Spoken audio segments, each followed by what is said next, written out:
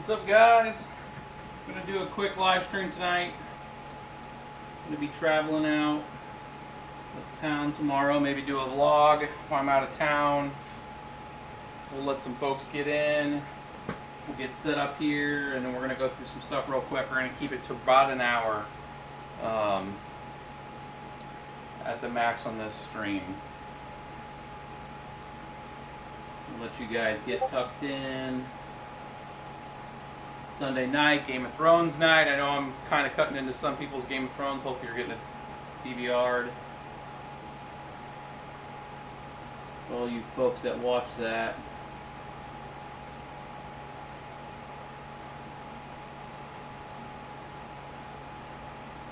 Get tucked in the live stream here. We'll call this 13 GPU.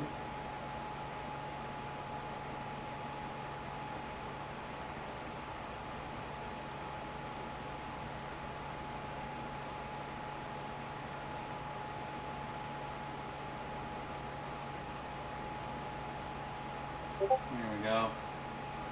We got a few people. We got about 6 in here, not a ton. It's a very short notice. I was not going to do a live stream tonight. However, I have to travel out of town tomorrow, which kind of throws my schedule off a little bit because I was going to do a live stream tomorrow night, and that's kind of balled everything up. So what I'm trying to get through is answer some of the emails and stuff that I've received with regards to Ubiq. A lot of people are going into Ubiq, switched over to Ubiq mining, and they're trying to figure out the wallet and figuring out how to do kind of a setup from a cradle to grave on that real quick. So what I'm going to do is I'm going to take you through a 13 GPU build that we got here. This is the 12, and I added a third one just to show that you could do 13 GPUs with this build. And then I'll get into the Ubiq wallet, and it's super simple and super easy. But I'm going to walk you guys through kind of where to go out and get one, and then how to kind of do like a dual wallet setup, kind of like what we do, where we keep a lot of coins offline. We create a wallet, we move coins to it, we take that offline into a paper wallet, and then we use an online version that then gets all the coins sent to it, and then we'll distribute back over to that offline wallet. And I'll kind of show you what I mean by that, and how that works. We'll create a new one, and we'll go through all that kind of stuff. So it's a little loud right now because this fan's running, but I want to go through the 13 GPU build real quick. Just kind of, not much has changed with this. We didn't get any cards today. It's a Sunday, so nothing was really delivered to try to complete this build to be the same cards. But I wanted to make sure that you guys saw that the ASROCK H110 Plus board can do 13 and all of the same types of cards. Nvidia, you don't have to have it split. There's a lot of confusion out there that you have to go like 6 or 7 Nvidia, and then the rest is AMD. You can go all Nvidia with it, but if you're doing it in Linux, right now Windows still hasn't got it figured out yet to do, at least we have not. We're still cranking on it, but we still have not got it successfully working with all 13 in Windows. But I'm going to show you guys a GOT build would be awesome. You know, a Game of Thrones build would be pretty freaking sweet. I think we could pull it off. Have like a chair with like holding graphics cards or something. That'd be pretty epic. I'd have to look into like I think you can make like fan-made stuff and not like get on to their trademarks. I don't know. I'll have to take a look. I don't want to have lawyers coming running at me. I think it's only if I sell it. If I do it as like a fan thing, maybe that's it. So what we're going to do is I'm going to take you guys straight to this build here. Got the stream deck hopefully working here. Let's look here, scene 1. Let's check scene 2. Maybe not. Maybe not. The stream deck was working for a quick second, and then it stopped working. Let's see here. Maybe it needs its focus. Yep, it just needs focus. So this is the 13 GPU running. I just turned it back on. I had it off. I was messing around with some different GPUs. So a few of them are a little warmer than where I'd want them, but I had to back the fan down. That way you guys could hear me. And normally this would be like sitting in a racked room, or we'll put it where we store everything else. And it has proper cooling. besides today it's a little warm. But it would have a lot more airflow on it, so I wouldn't have like some weird looking fan set up like this going on. It would actually be on a shelf. But you guys can see, I don't know if you might have to go full screen for this, but right now it's running at 425 mega hash. I added one more additional 1080 GTX. Again, this is doing Ubiq coin, which is based on Ethereum, so that's the build that's running right now, because that's what we're mining with this. This case was made for 13 or for 12 because we were going to do it with the TV250. I did put the 13 GPU motherboard in here. I actually have a little different design for the 13. It actually adds about another 1.5 inches to this case, and then there's a triple power supply kind of set up over here. So I'm making another one of these when I get back from out of town. It's probably going to be blue in color, and we're going to be doing a 13 GPU build just for that one. This one's actually going to go with some other cards that are going to get put into it. But you'll see an actual 13 GPU, which is just a little bigger than this one. But so I pulled it over to here, so you have another GPU here. It's just kind of off to the side, and I'm actually using this power supply down here just for this one card. So it is technically a triple build, but it was just to show that you could do 13 GPUs. You can see them on here. If I hit that, that'll give you kind of another real quick look. You'll see all 13 GPUs in there and kind of what they are. So that gives you a good indicator of what GPUs those are.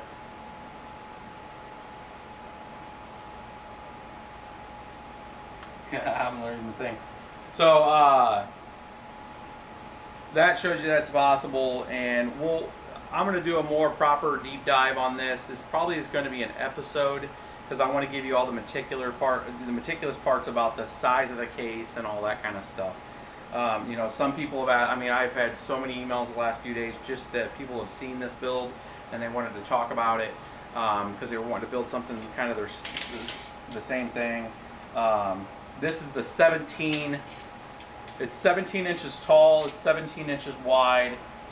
You know, on the thickness, and then it's 28 on the full length of this. So 17 or 28 by 17 by 17 is the dimensions on this case. Anybody's wanting to know the differences on that, and then in that episode we'll actually have the other different layers between the graphics cards. It's 4.5 inches for each deck in the graphics cards. You probably can see with this camera here. This is 4.5 inches to here, and this I believe is another 4.5 inches. Yep, 4.5 inches there. And this to the table I believe is 7.5, to give you kind of an idea there. So let that set right there. So that gives you kind of the dimensions on this. I was trying to answer some of the questions. So this is kind of an answer question episode in a way, or live stream, just to make sure that we capture that. Once this thing has all 1080 Ti's in there, we'll obviously do a proper live stream for that, or with the other case. But our intention is to put a full setup of 1080 Ti's in one rig. And that seems like super, super excessive, but it is what we were wanting to do with one of the 13 GPU boards that we had, was have one that was really kind of a long-term rig. That's not going to get ROI anytime soon, but it will generate a lot of crypto, especially like from an Ubiq or subsequent low difficulty coin compared to like Ethereum. So you're looking at a year plus on something like that, but you're looking at the top tier GPUs out there that have we'll give you that, the long range on having the ability to do some crypto with them. So just a quick update that you can put 13. So that's that part. I'll take a look at some questions. Let's get this back to here. And then we're going to get into, I'm going to switch sources to show you guys the wallet setup for Ubiq and how to do a paper wallet, and to kind of how to do like a dual wallet kind of setup, to where you actually go get a wallet, you take the information of that wallet, be it the private and the public key, You record that information. You can print off like a PDF, print that, and then store that somewhere. Preferably not on your computer that could be compromised. We keep everything offline with our paper wallets. We don't want any chance of somebody being able to get to those. So usually they're printed and then they're stored, ironically, in a bank. That's kind of ironic, I guess, considering crypto.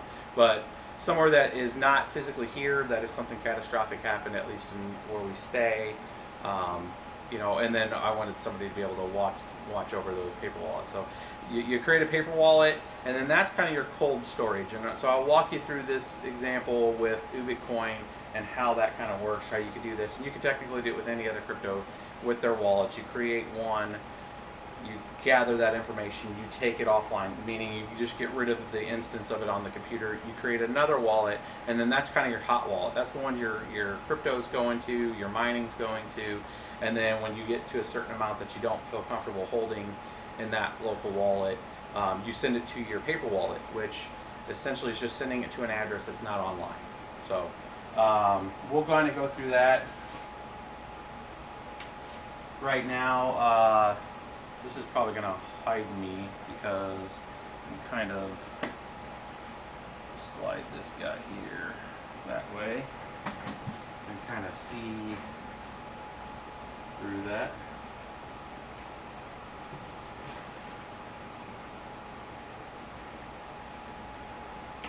Yeah, I've seen some of the comments like, you store your crypto paper wallets in a bank. It's like, yeah, they got safes and like guards and stuff, so like it is pretty funny. You know what? We're gonna power this down for I can turn. There's 425 hash getting turned off. We're gonna power that down so that we can. One, you can hear me, and it should be a lot better. And then two, I'm gonna switch the video over to the laptop, and that way you guys can see where I'm going to go. You can get a fire safe box. I did see that comment there. The problem with the fire safe box is if it doesn't work, dude, you're out. Like, I keep like documents that I don't want to put in a bank or I need accessibility to pretty quickly. I keep in a fire safe, a fire safe box.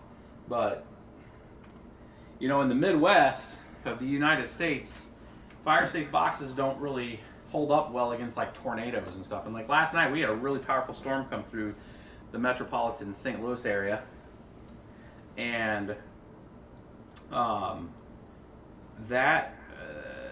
like if a big storm comes through and lifts that fire safe away and takes it away, you're kind of screwed. So, in the Midwest, you kind of do things a little differently, at least in the States. So let's see here. We are going to take a look at the Ubiq paper wallet. So what the basic, let me set this up, and I'm going to put the timestamps. Let me know if you guys like the timestamps. I think you do, but I did timestamps for the last video. I'm going to do timestamps for this one, so it kind of lets people come back and revisit. So right now we're getting into the phase of walking people through a paper wallet.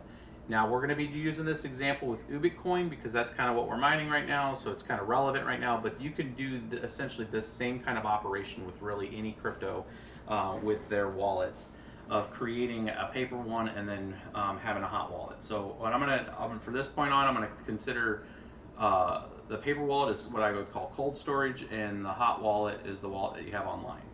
So if we go,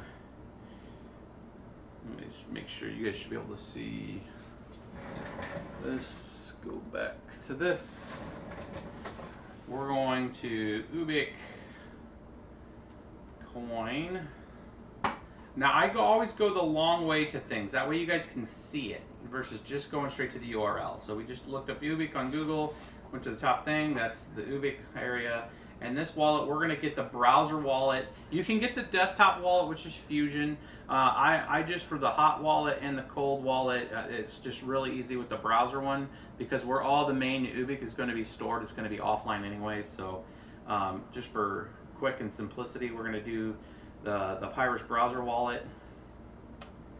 which is over here on the left. You can go with the Chrome plugin if you're using Chrome. Just add that, add the extension, and that's going to put it up here in the upper right hand corner. So now once that's installed, it's this little green cube looking thing, and now you're going to hit add wallet. Now you're going to see private keys and everything to this wallet, but don't get your hopes up. I'm essentially deleting it after this. I'm not using these wallets that I'm showing you guys on this particular thing. Cold storage.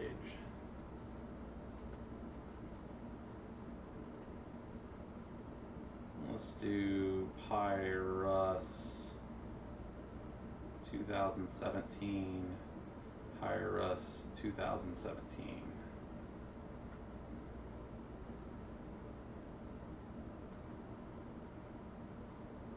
You go to My Wallets, you go to View,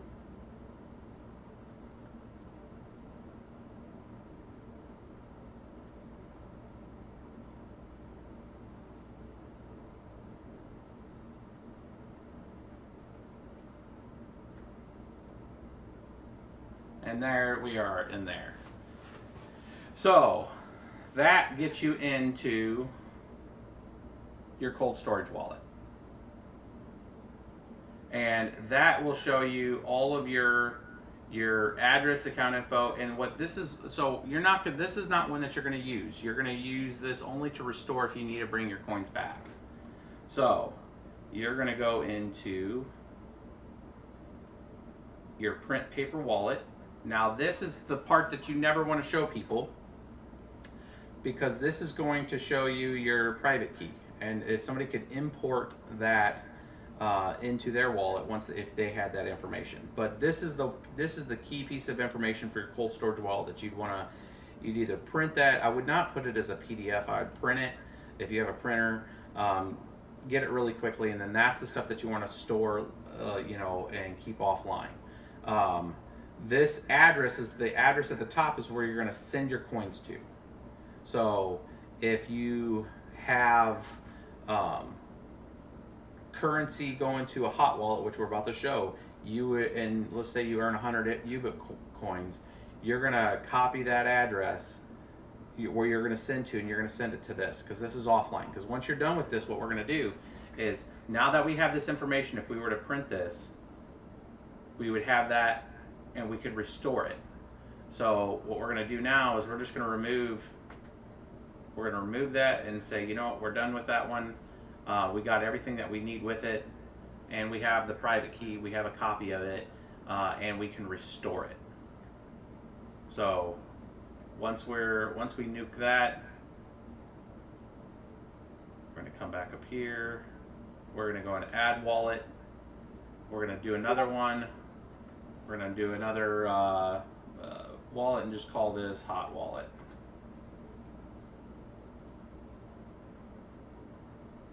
Let's do Pyrus 2017, Pyrus 2017, because it doesn't matter.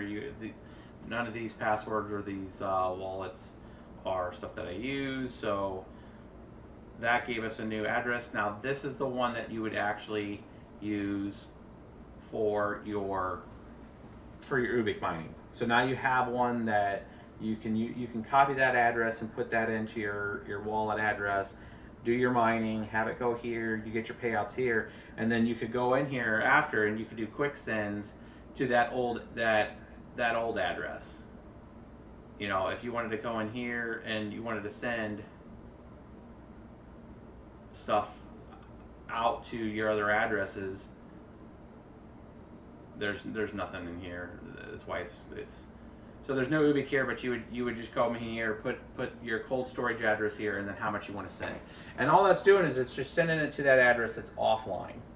So then your chance at losing that or it would take somebody getting a copy of that paper wallet, right? So you put that in some secure place where you don't want people to get to it. That's why I say putting it in like a bank safety deposit. Put it inside of a book, inside that, somewhere to just make sure that information is secure and hidden, for you can restore it later.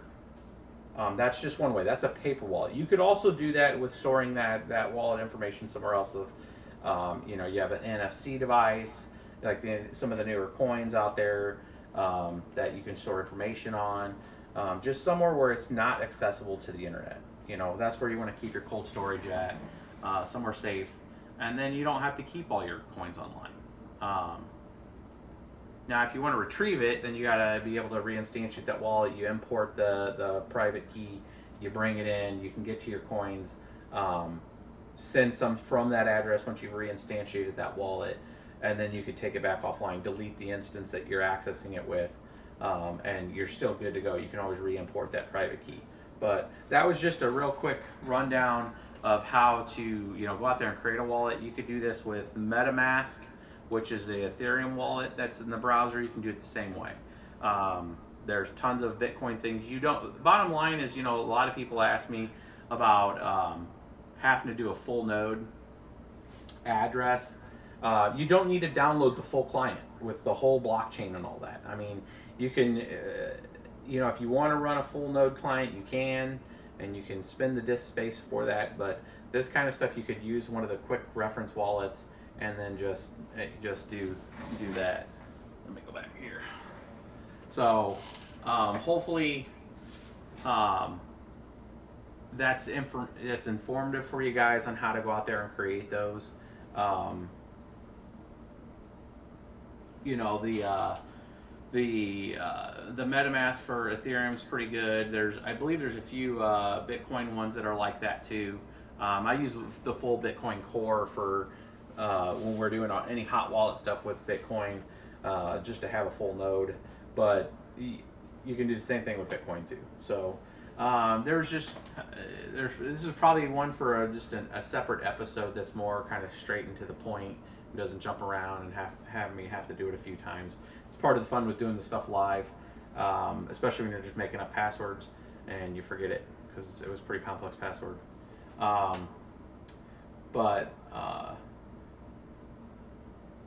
Let's look and see if you import the paper wallet, won't it be empty? No, not if you've been sending coins to it. So that first wallet that I created, and if you delete it and take it offline, as long as you have that wallet address, and then on that second wallet that you're using to receive your payments on, guys, you would go in there and hit send, and let's say you earn like 2 Ubiq coins over a couple days. You want to send one to your offline wallet. You just send it to that address that you deleted, because it's actually still an established address on the blockchain that you have the private key to. You have the access to it. It's just not hosted online anymore right now. And when you want to restore it, you could go back in there and import a private key and then reestablish the access to that wallet. You know, you could bring up another computer and say, instead of in that first part, what we were doing here, where we were going out there and creating wallets, you know, if you want to hit an add wallet here, you could do it right here. That's where you guys do it at. When you hit add wallet in there, let me go back to this screen. What I was saying is, when you guys go back, you could just hit add wallet. That's going to launch this, and then you put this, and then you bring in that private key. Once you do that private key, it's now added that wallet in there for you guys can access your coins. And then you want to remove it if you're done, because it's your offline wallet. You're just essentially reestablishing a connection to the blockchain for that particular address to access those coins. But then you want to take it away. You don't want your computer to be compromised, or if it got compromised, you do not want that online. You know, I have a lot of email. I mean, I cannot tell you how many emails we get about people concerned, which they should be, you know, about, hey, I keep hearing about people's getting hacked and all this stuff. And that's like we're not, you know, us being public facing a lot. I mean, there's phishing attempts, there's all kinds of stuff that's sent to us all the time to trying to get access to our email and access to our computers. And for that reason, we keep almost all of our coins offline, because we don't do a lot of the selling of the coins, because I look at this from a very long-term hedge. I continue a day job. I do this stuff because I like communicating with you guys and helping to grow this community. But you know, I keep you know, a normal work life with this balance and stuff, and I just don't have time to always keep monitoring all the computer stuff. So most of all of our stuff stays offline. It's just not worth it to us to be compromised. And no matter how well you secure stuff, and no matter how well, even if double natted, like most of our stuff is, like having a router within a router and different subnets and protected outside stuff. I mean, even with all of that kind of stuff, hackers can still get in if they really point and go for it. So, this is the best way to combat that stuff, is just take the coins offline. The one computer that we'll do the stuff with most of the time is offline anyways. That way I know it has a very low distinct ability to get compromised, and it's up to date. It's brought online to get updated and stays up to date. All the patches, all the making sure all that stuff is good to go. But protecting yourself, just as a general practitioner of working with crypto, having a cold storage wallet is huge. So you should have a cold storage wallet. This kind of explains on how you can create one pretty quickly. And I know it's a little intimidating at first. You're like, oh, wait a minute, I don't want to delete it because I want to be able to get access to it. As long as you have your private keys, you're good. That's your keys. It's just like your keys to your car. You have them. You can go out there and you can start it every time. As long as you keep that paper wallet and stuff, that is the math and the science behind all that, the way blockchain works, you're good. So just get that printout and store it and save it, and then when you need to import it and access those coins, you can use that private key to restore them. So again, MetaMask for Ethereum. There's a few other ones that are like Klein wallets that you can kind of do this stuff with, and this is really just to make sure you guys are securing your stuff. I hate to hear any feedback and people saying that they lost their stuff or got hacked or got phished, or they had a friend using their computer that clicked on something and got backdoored and got screwed over. So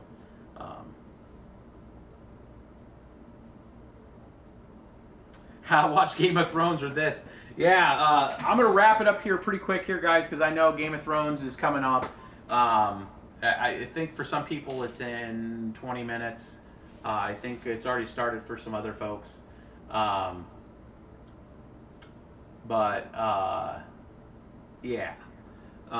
Totally understand if you guys need a drop off for Game of Thrones. That's what's great about this, is being recorded. So if you need to go off and you really want to watch Game of Thrones, you go watch that. We're going to be watching it right after. So what I'm going to do is wrap up. I'm going to do one more thing real quick. So we showed you the 13 GPUs function in this. We went through the MetaMask and the Pyrus wallet for Ubiq and how that works in cold storage. So the last thing I wanted to show you guys is tonight, I'm trying to get through this stuff pretty quick because we're 30 minutes in, is I'm going to switch over and we're going to switch this over to this box over here. So back in the corner here, this machine's been running. You guys have probably seen it in the background. It's this little blue rig over here. This is what is this? This is these guys here. So this was actually not, this one's not our rig.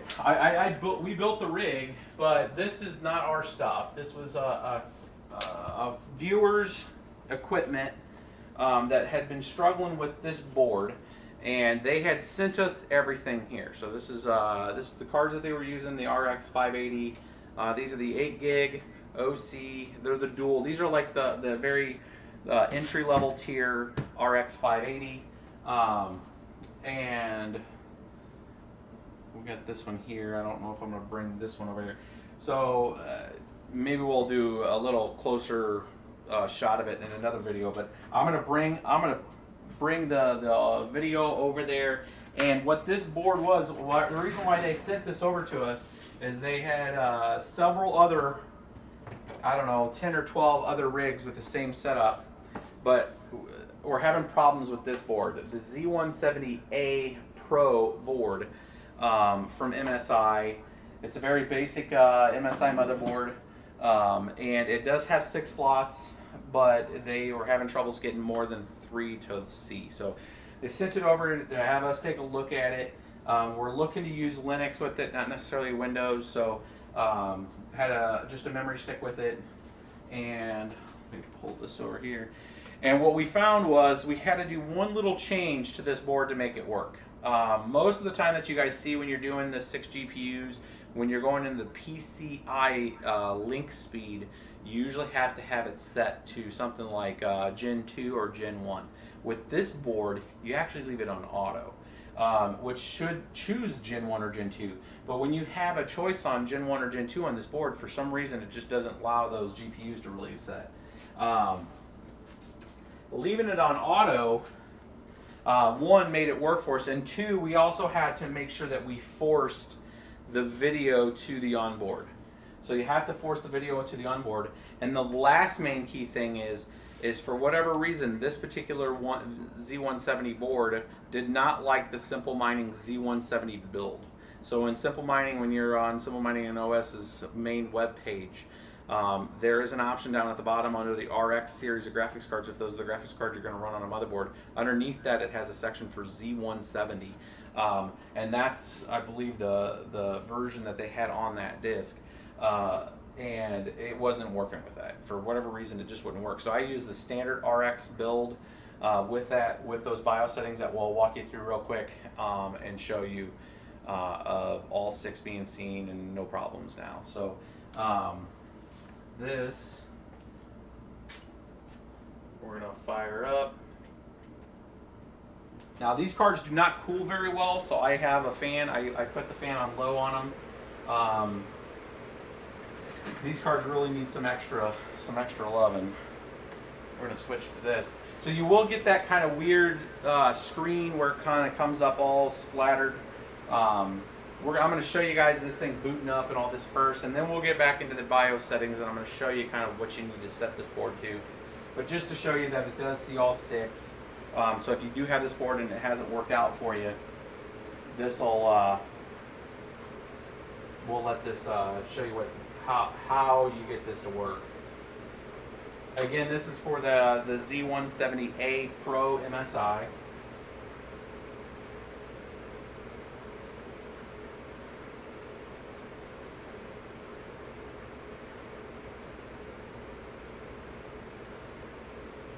And there it is showing the 6.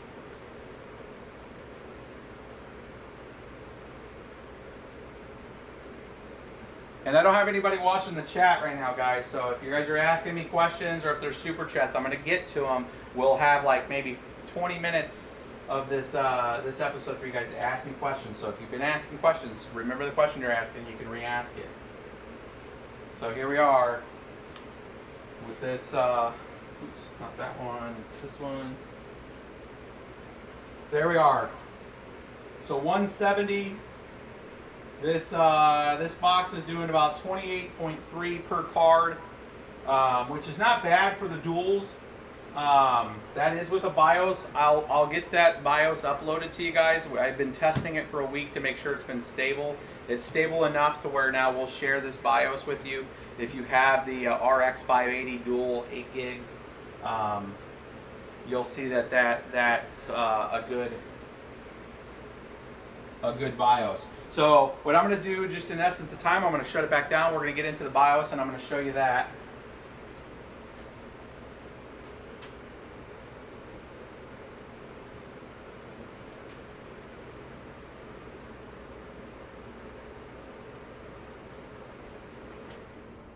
We'll shut that off.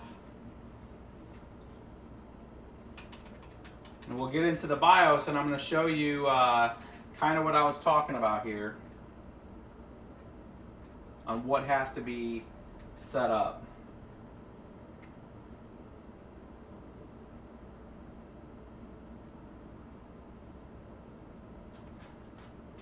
Alright, so in here under the settings, first off you want to make sure it has the latest BIOS update and the M flash. Now unlike the cool ASUS boards, you have to go down and download and put it on a memory stick, the latest BIOS for this board, and then once you go into the M flash, it'll you can choose from the USB BIOS. But other than that, you go into settings, and then under advanced, under PCI system setup, there's your settings. On the PEGO, you need to leave that at auto. Almost every other board that I've played with, you've had to change it to Gen 1 or Gen 2. On this particular board, you need to set it to auto. That's the only one that kept it stable for us. And then they have the PCI latency timer, 32 PCI bus, and then above 4G, they actually have, in the latest BIOS, they actually changed the name of this to cryptocurrency mining. So the actual board itself has it labeled, I think to try to simplify it for you, in there. So you want to make sure that that's enabled, and then you hit escape, and then the normal stuff that we do is power's fine for blinking, integrated peripherals. In this one, you don't need all these things enabled. I don't know why it came stock enabled, but that's fine. You just need the LAN ROM enabled. The network stack and all that stuff you don't need enabled. But the HD audio controller, we always turn that off because there's no audio needed from that. Integrated graphics. Here's the other key one. When you first plug in this board, and you're going to have to plug into the main graphics card that's in the 16X slot, one of the first things you go and change in your settings in here is you change this drop down to IGE. That's the integrated graphics display adapter. You set that, and then for us, we had to set the aperture, which is this piece, from the 32 to 256. When it was set lower, it would stay on that kind of weird display screen. There's no other way to explain it besides it looks like a graphics crash. But setting it to 256, where everything worked fine. And then we didn't touch any of that. Super I/O. I go in and I disable both the serial and the parallel ports. There's no reason for them. Under power management setting, under restore power for AC power loss, I always turn those on. For Windows configuration here, we did not mess with this. We left it as Windows 7 installation. We are not using Windows 10, so we did not turn on that to enable. We left just the Windows 7 installation on that piece, and that's it, guys. That's all you change on this. You make sure that the USB here, you can drag and drop these things. This is the USB key. You make sure that that's all the way to the far left. It's the first thing you want to boot up. You don't want it to try to go and search for other things. You want it to go straight to that. And that's it. So hopefully those settings give you kind of a peace of mind that you can work with this board. You can see the stats on this. This is a Celeron 3900G. It's got 4 gigs of memory. This is kind of a basic build. You get those settings on there. And then this machine, like clockwork, will come up and run. We'll let it boot one more time. I'll let you see it from a consistency standpoint. And then that is the settings. So you can go back if you have this board, look at the settings, make sure you've done everything that I just showed you there. And you see that little screen there that I was just talking about with that weird kind of graphic. It looks like it crashes, but just let it kind of go through its thing, make sure all your risers are good to go, and this thing should work like clockwork for you. So, and with these particular cards, you just got to make sure they're cooled right. So, if hopefully that kind of helps you guys understand on how this board is, and if this kind of live stream style helps, I can do that with the other boards that we have. So, I mean, we have an H270P, the TV250 I'll do with that. The next 13 GPU build that we do with the H110, we'll just go through the BIOS settings for that too, same way. So there it is, 6 GPUs again, running 171 mega hash. I'm going to shut it down since we're still in the live stream. I don't want to turn on a fan for that. So, all right. So we're at 41 minutes. We'll do like 10 minutes of questions. Let me switch back to here. There we go. Live stream deck working. So, this isn't really doing much. So sorry that you guys got to look at nothing there on that, but everybody's saying the H110. So yeah, I'm going out of town tomorrow. I'm actually flying out of town. I'm going to the DC metro area. I'm going to be there for a day, and then I'm coming back Tuesday night. So Monday and Tuesday night, I'm not going to have a live stream. But I am going to be out by Digital Gold, which is another YouTube channel. And I did tell them that I'm going to be in town. I'm flying out tomorrow afternoon, so I should be in the late afternoon in the DC area. If I can get in touch with them, we might do an impromptu live stream out there with them if they want to meet up. So I'll let you guys know if that ends up working out, and then we'll do like a YouTube collab. We'll probably do it on their channel just because I'm on their. If I'm on their turf, we'll let them do it with their channel. But I need to talk to them. They haven't responded back. They've reached out about doing a collab. So if they have the time, we'll make the time tomorrow. So let's see here. Let me take a look at what we got here. We're a little laggy on the stream tonight, but yeah, Michael Maras, remember to hit up Micro Centers you're not banned at. If I was not able to get a hold of Digital Gold, I am going to be making a trip to the DC Micro Centers. So there's a couple of them out there. I will check and see if I can get some stuff out there. Wear your NASA shirt when you go. I'll look and see if I can find it. If I do, I will. I did see today Barnacles actually wore a SpaceX shirt. I was going to give him shit about that. But hey, we all represent SpaceX. We love it. All right.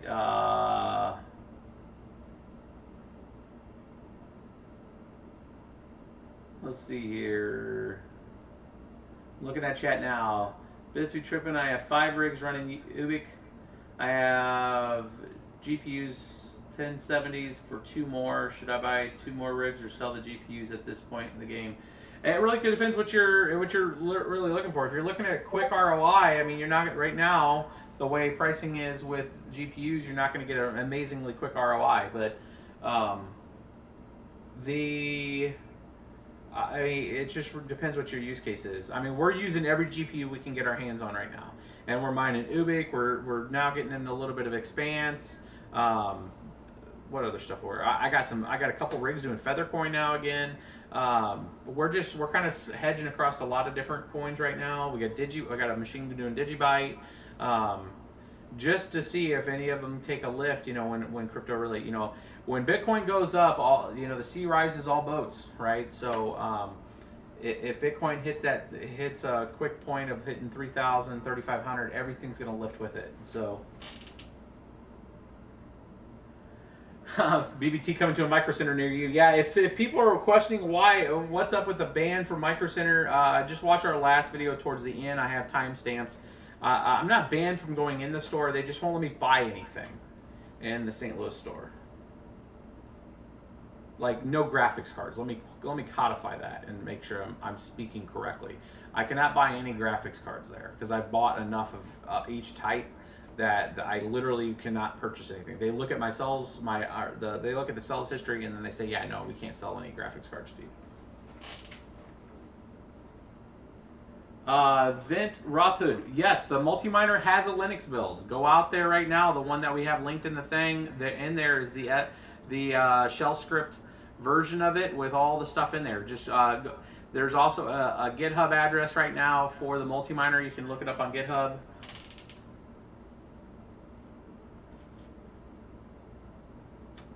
Let's see here. I just started mining BBT coin. Yeah, there is no BBT coin. There will not be a BBT coin unless we come up with some cool features, and you guys would be first to know if we ever did something like that. But I mean, guys, I believe heavily in blockchain and the technology behind it. I believe that it has value, and whatever coin you're mining should have value. It should have some purpose. They should have a mission. They should be trying to solve something. You know, from an enterprise or from just a real, true, genuine use case. Those are the coins that we mine. The only one short of that would be probably Feathercoin, because really Feathercoin is more like a store value.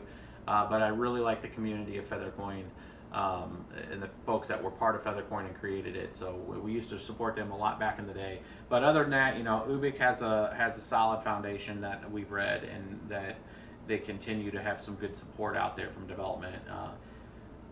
So yes, if we were to make one, we would make one that that has to serve a purpose, and that purpose has to be very clear and concise, and folks would know way ahead of time what it was before any kind of things would be done. So there's a lot of folks that reach out to us from a development standpoint. We have a lot of developers on the BBT team that do other development and have looked into what it would be, and it's just it's a full-time job. If maybe we went and did kind of the path of like a Patreon type of thing, and then I could dedicate some developers to something, maybe that. But you know, there's a lot of time to manage that, and we're just not in that space right now. Right now, we're just trying to make sure we're educating people on helping them with the investments that they've made on the mining equipment. That's kind of our space. That's our niche. Our niche is in the mining space and making sure configurations, management of your rigs, making sure you don't blow stuff up, making sure you're not doing bad things with them. That's kind of the space that we're in. What about NiceHash? Is it any good? So NiceHash is functional. Its software works. They take a high percentage. I mean, it's like 6.5%, 6%, something like that, of all your mining proceeds, which is quite a bit, because then you're going to get a 1.5% or so, and then 0.25% once you get into an exchange. I mean, you end up with NiceHash and all the other subsequent fees after you transfer your stuff, and then you get to an exchange, and then you have to pay an exchange fee for exchanging. You're close to 10% of what you mined. So it gets expensive.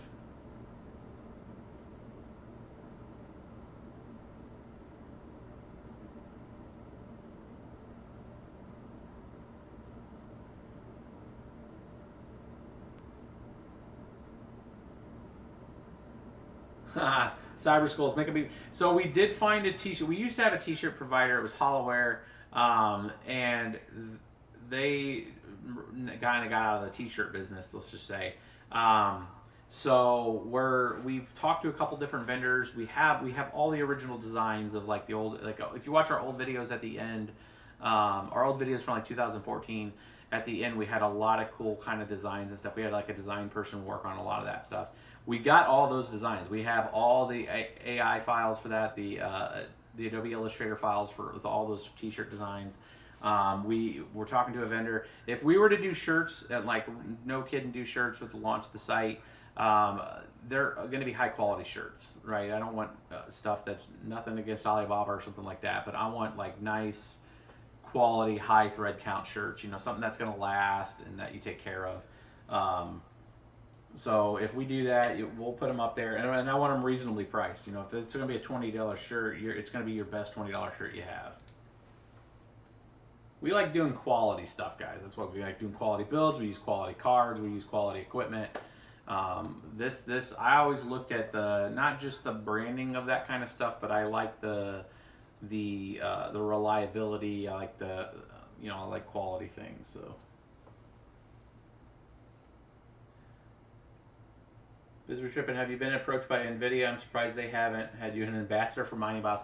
We have not been officially approached by any company on this planet short of the BioStar and ASROCK are the only two companies that have actually reached out to us to send us boards.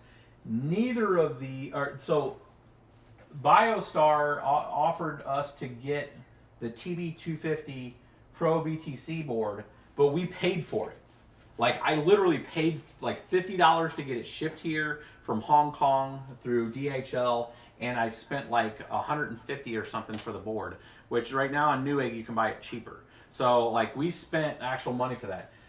ASROCK's the only one that actually came out and said, hey, we'll send you a board for you can test it.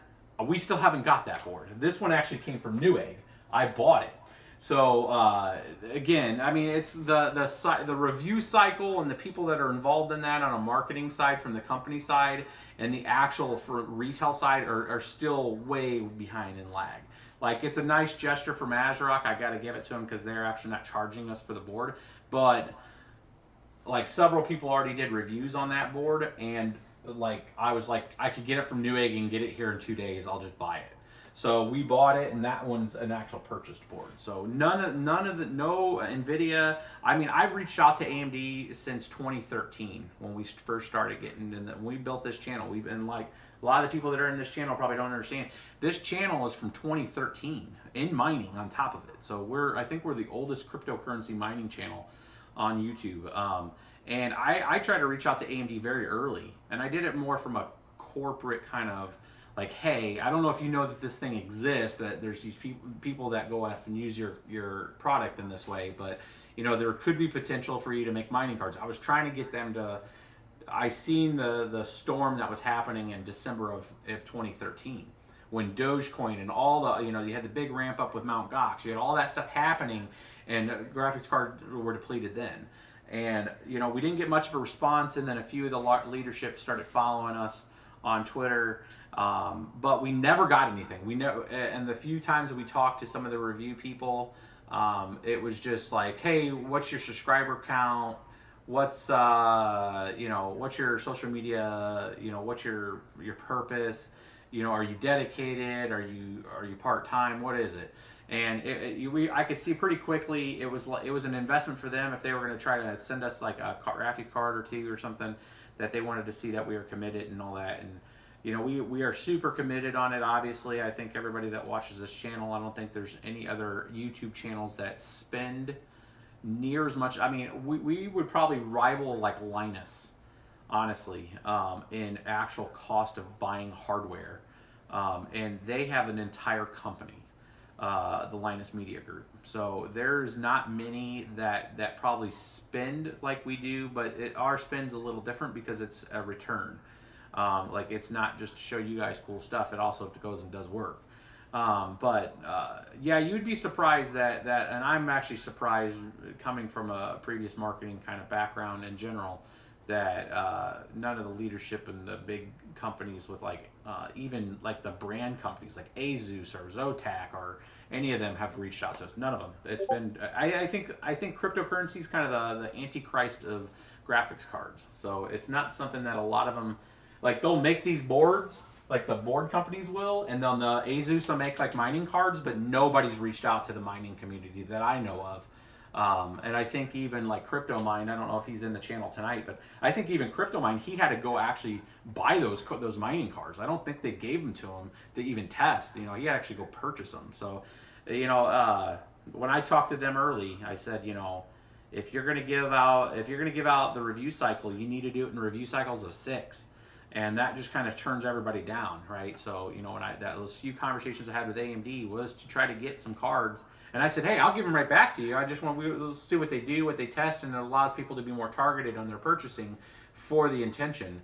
And it was kind of a no bueno from them. So, you know, we purchased the hardware, and that's why you see a range of hardware. We could have, you know, a lot of people say, oh, you didn't do a very efficient build on that.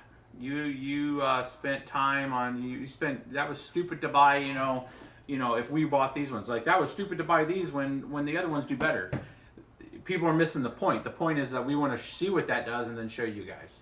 And we're making the investment and taking the chance that it's going to suck or it's not going to suck, right? And if it does kind of suck, we'll just deal with it and we'll make it work, and see if we can optimize it. It gives us a challenge to see if we can modify the BIOS more, or, you know, maybe it works better in one board versus another, and then give that information back to you guys. We do that as a community courtesy, and you guys show your patient reach by hitting our affiliate links. I mean, a lot of you guys do hit a lot of our affiliate links that we have in the description. That helps our channel out. The super chats help our channel out. That kind of stuff keeps the team motivated, and, you know, lets us keep trying to do this. So if the companies won't support us, that's fine. You guys are supporting us right now. So, you know, and this is kind of the way of the crypto, right? In general, it's like, you know, government and large corporate entities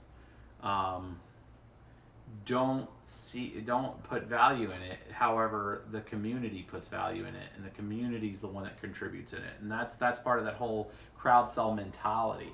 And you know, it's an interesting, you're paying for what you want to get type of thing, right? If this is valuable to you and it's saved you time, or it's allowed you to enter an industry that you've never been part of, and we're providing that, and other YouTube people are. It's not just us. There's other YouTubers out there providing that kind of value. It's the same thing to us when we go and research. We'll go out and research certain things to say, okay, did somebody else do this? Have they done it? Have they figured it out? Do I need to spend my time doing that, or can I do my time somewhere else? So we'll look and see, and then we collaborate with folks to see if we can get the best results out of this stuff. So, Josh Latta finally caught a BBT. Hello from New Zealand.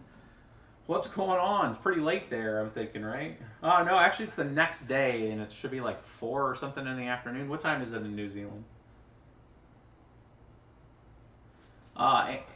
And Andre Garcia. Let's see here. I have not talked about the soft fork SegWit. Maybe I'll hit that just briefly before we wrap up. 5 readings promotions.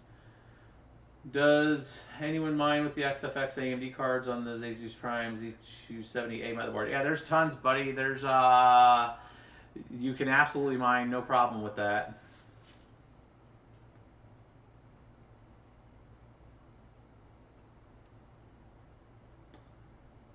Experience with ROC GPU, the word street ludicrous from negative speeds. AMD Vega Polaris 32 gig Pro. I have not seen our Vega situation. I have no idea. It hasn't shown up yet. Newegg shows that it had shipped, and I have them.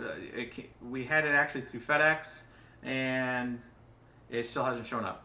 And I was assuming that it was going to come Saturday. It did not come Saturday. It's probably going to show up tomorrow when I'm out of town, and then we'll do Wednesday's live stream. Wednesday night we should be able to do a live stream, and we'll cover the Vega there.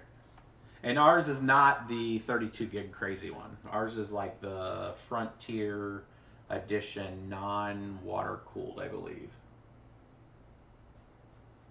Do you use any of the resetting devices for your rigs? Raw Paul, or is it Roll dos Santos? No, we have not used that. That comes from Simple Mining. I have not purchased one of those. All of our rigs, we usually make sure that they're fully stable and that they don't require that. And the ones that have some kind of issue, usually I switch out enough parts that it makes it stable.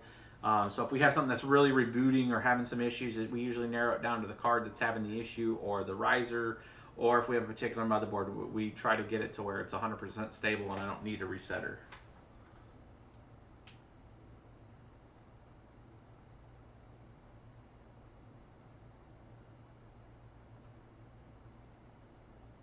What happened to the soft fork and what experience is a miner?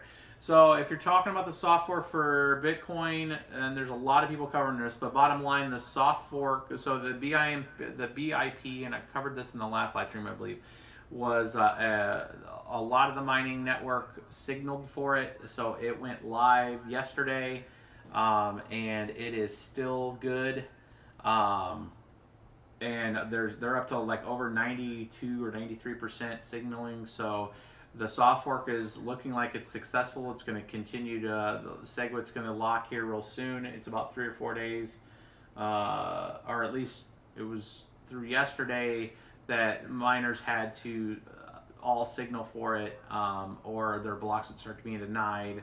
So right now, the next big kind of event in Bitcoin, so all the stuff that we've been talking about for like the past couple of weeks, we're through. Our next big phase, essentially with Bitcoin, is in November. That's essentially why Bitcoin's the price that it is right now. And a lot of the exchanges right now are just making sure that enough of the miners and the chain is absolutely stable and does not do anything crazy like do a hard fork after everybody thinks it's good. So they're just holding deposits, they're holding inbound and outbound transactions with Bitcoin to ensure that people have coverage.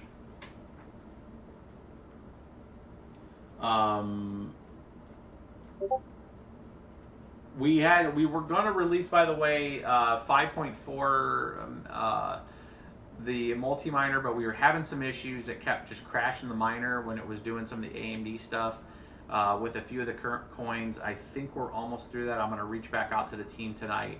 If we are, you'll see it on this video, and I'll save it on the next video too. or the previous video, we'll put it in the description out there, 5.4. If we can get that fixed tonight, if we can't get that fixed tonight, then I'm probably just going to pull those coins that we were trying to add and we were having problems with the miner.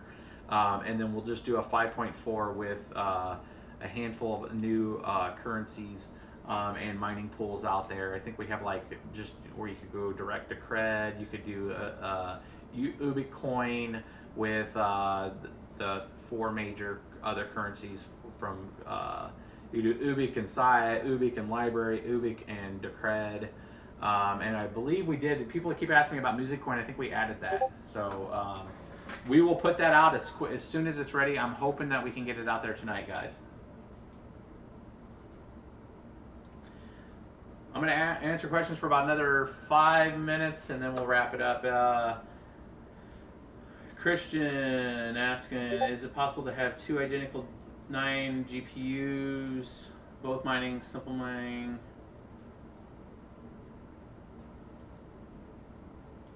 Yes, you can have 2 identical GPUs with different, or two identical rigs mining on simple mining, no problem.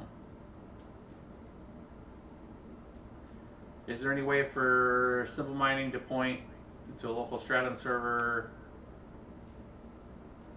or is it better for Windows than this? You can point simple mining to any address or proxy. You just need to go in there and change your settings in there. You know, Stratum plus TCP : I think it's / and then you would put in your custom in there. So like Feathercoin is main pool that they have for the F2 pool is like it's not even a DNS named. It's like literally like 49.181. whatever. You can point it to whatever you want.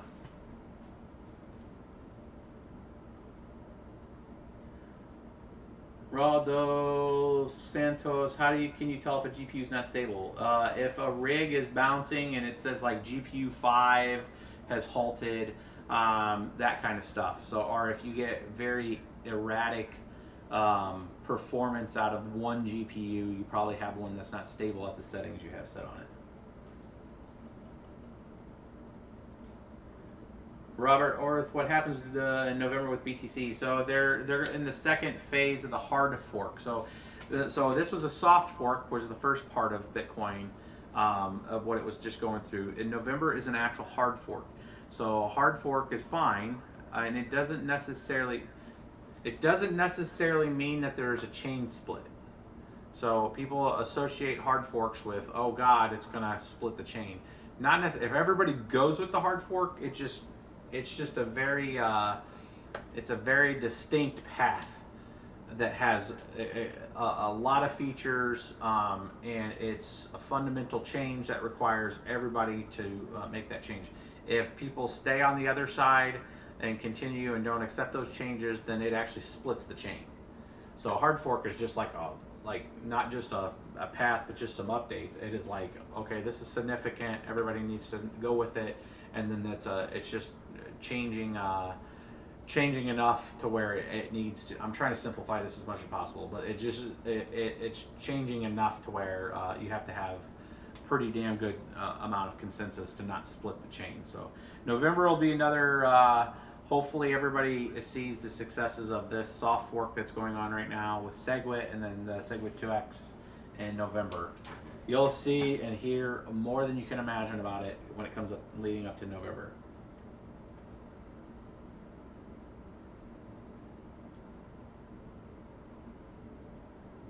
What's the future of mining a nice hash? My profit is down to $10 and it's getting down. It's the way of crypto, man. Right now, nice hash tries to switch to the most profitable coin and takes 6.5% or 6%. If Bitcoin goes through the roof and all the other currencies go up, then it'll go up. It's just right now, it's just what it is with the pricing.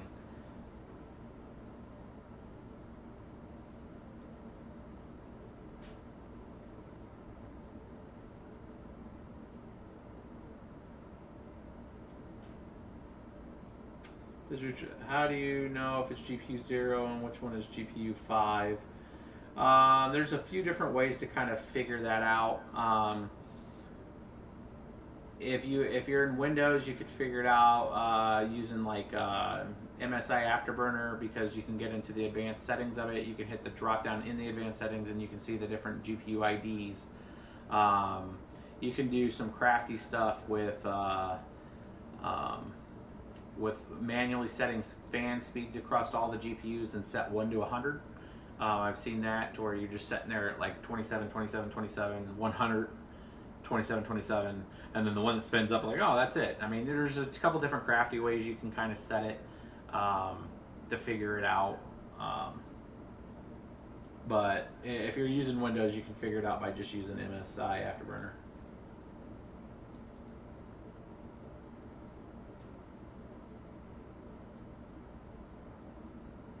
And you can do that fan trick with it.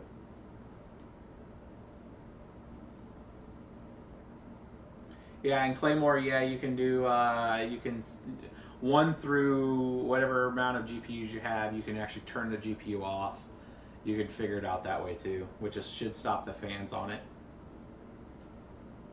If you just use the number keys, or the top keys at the top.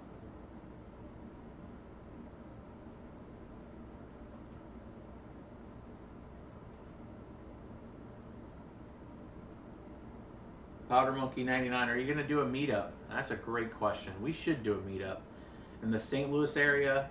I think there's a meetup in St. Louis. I'll get Miss BBT to take a look at it and see. Maybe we'll do a drive-by in one of those.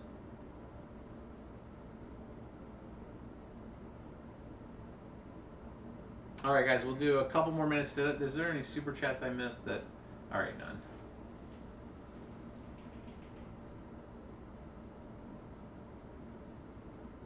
How quickly does the epoch change with Ubiq? So Ubiq coins epoch does not change rapidly. That's one of the advantages of Ubiq when it comes to its data file size increase, because let me pull this in here.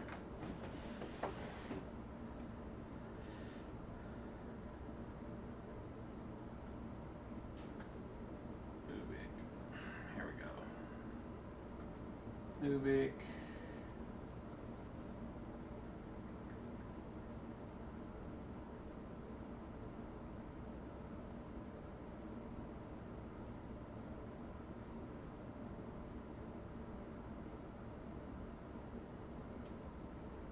So,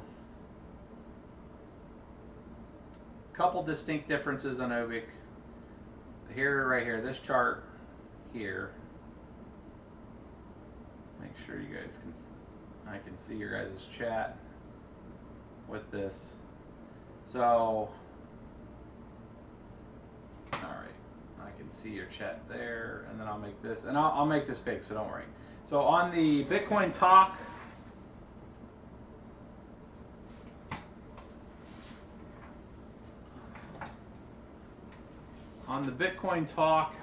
page that they have, this chart here shows you the DAG increase.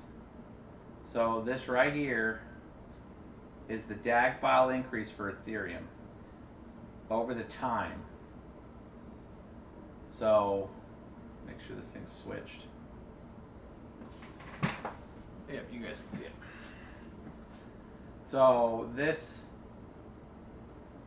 chart here on their main page, this is the time in years, and this is the DAG file increase. So 2 gig happened just over, Ethereum's 2 gig were close to a year after launch, where the DAG file increased. And this has a lot to do with block time. So the block times are 80, almost 90 seconds for Ubiq.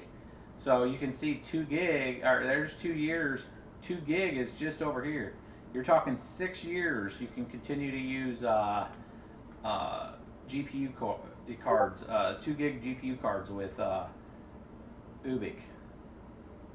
And then here's the other part here that's huge with it, is their intention is to continue mining essentially for the long haul. Ubiq's program wants an option of staying with proof of work indefinitely. So not pulling a proof of stake piece like Ethereum. And then their supply is going to decrease. So we plan to run proof of work for a minimum of 1 year before considering activating, at least if they want to go to proof of stake scheme. But they're gonna drop block reward each year. So next year it's going to be seven coins per block.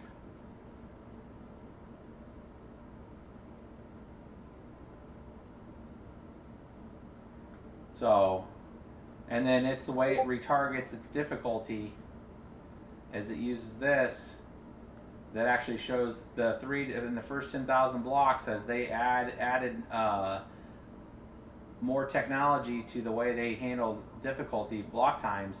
It makes it a lot more stable.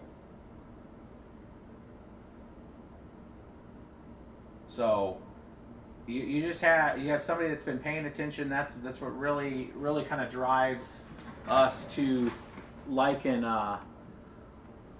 their currency is all of these things promote stability, and promotion of stability on a production level.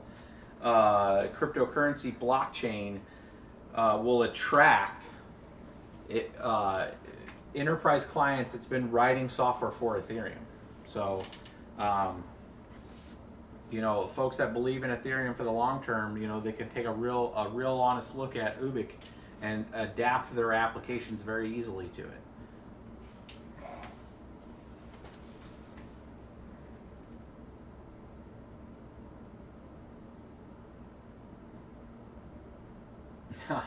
Meet up and show up at the, yeah. All right, guys, I'm going to wrap it up. It's an hour and 15 minutes in. Hopefully this was semi-informative. I'm going to throw some timestamps on this. We'll work on 5.4. The 5.4 release of multi-miner. Again, I'm out of town tomorrow and Tuesday. When I get back, we'll be looking at a live stream for Wednesday. Hopefully have some new hardware in that we can go through, and we'll put this the BIOS out for this guy out there for you guys. As you've seen, that running about 28.4 on the AMD side, and stay tuned. Like, subscribe, share. Go out there, and if you haven't made a Steemit account, make a Steemit account. Try to follow us on Steemit. That's another way that you guys can contribute. No super chats. You guys, your money's tight or whatever. You guys can go out there, make a Steemit account, give us an upvote. Help contribute some comments out there on Steemit. It's a real strong platform for curation and content delivery. We really like that. Like, subscribe, share, follow us on Twitter. We'll catch you guys when we get back, and keep an eye out there on Twitter. If you don't follow us, you go out there and follow us, because if I'm in out of town tomorrow and I get a hold of Digital Gold, we might do a live stream with them. So stay tuned, and we'll see.